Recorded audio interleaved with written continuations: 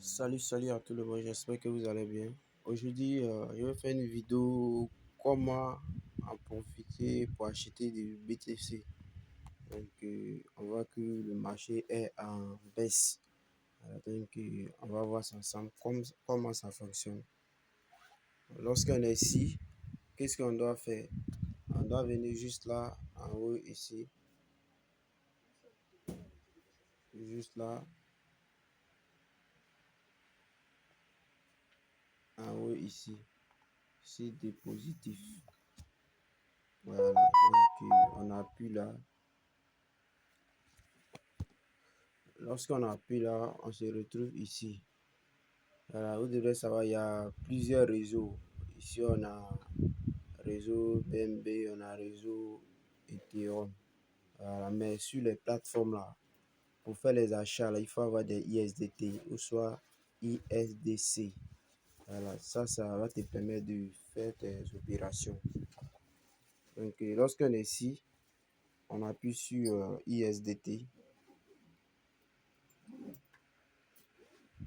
Lorsqu'on appuie sur ISDT, vous voyez, il y a plusieurs réseaux.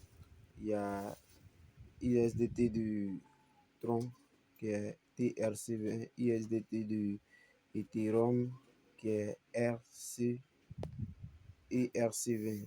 On a plusieurs réseaux. Voilà, donc sur les plateformes, ce qui nous importe, c'est d'appuyer sur Ethereum. Soit ISDT d'Ethereum. On va appuyer dessus. Lorsqu'on appuie dessus, on se retrouve ici. On doit copier l'adresse ici, juste là. On copie l'adresse.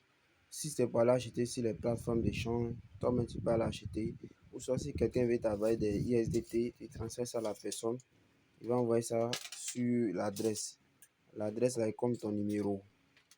Ouais, donc c'est un peu ça. Lorsqu'on finit de copier maintenant, on va se retourner. Ça c'est simple. Lorsque je me retrouve ici, qu'est-ce que je dois faire? C'est simple, ça trouve que non, mes ISDT sont déjà dans mon portefeuille ou soit dans euh, sur mon compte Bybit. Qu'est-ce que je dois faire maintenant?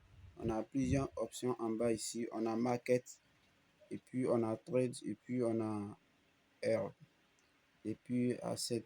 Voilà, donc ici, sur Market, c'est pour voir dans l'ensemble du marché global. En bas ici, Trade, ça c'est pour changer tes ISD qui t'envoient avec la monnaie que tu veux échanger, genre acheter au fait. Donc, on va appuyer là, juste là, sur Trade. Lorsque j'appuie sur Trade, donc monnaie que je vais acheter, c'est assez simple. Qu'est-ce que je dois faire? Je dois venir juste là, ici, pour changer.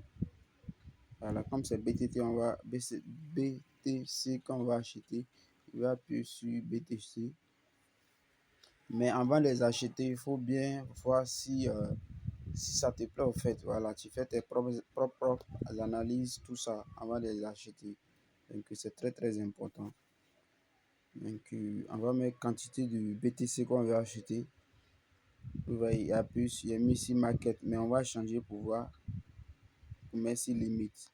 Parce que quand tu mets ici limite, ça te montre c'est combien de quantités tu veux payer et puis aussi où le marché doit déclencher aussi. Voyons que tu mets limite si ça arrive dans tel niveau là, le marché n'a qu'à acheter ça pour toi. Mais sur market là, ce qu'on vient d'enlever, lorsque tu mets market, quand tu appuies dessus, automatiquement, lorsque c'est déclenche, ça achète en même temps. Donc, on a plusieurs options. Donc, on va essayer de tirer ce combien de dollars on veut dépenser. Si c'est 12, soit tout ça, ouais.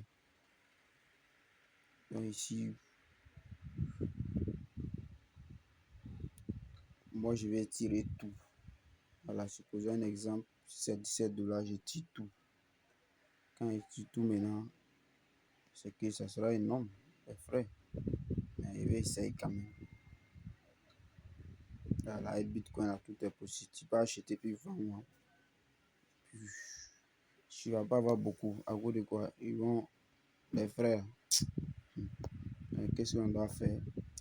appuyer dessus. Je vais essayer. Au cas où si ça passe pas, je vais venir sur Market pour acheter. Donc, il va appuyer dessus.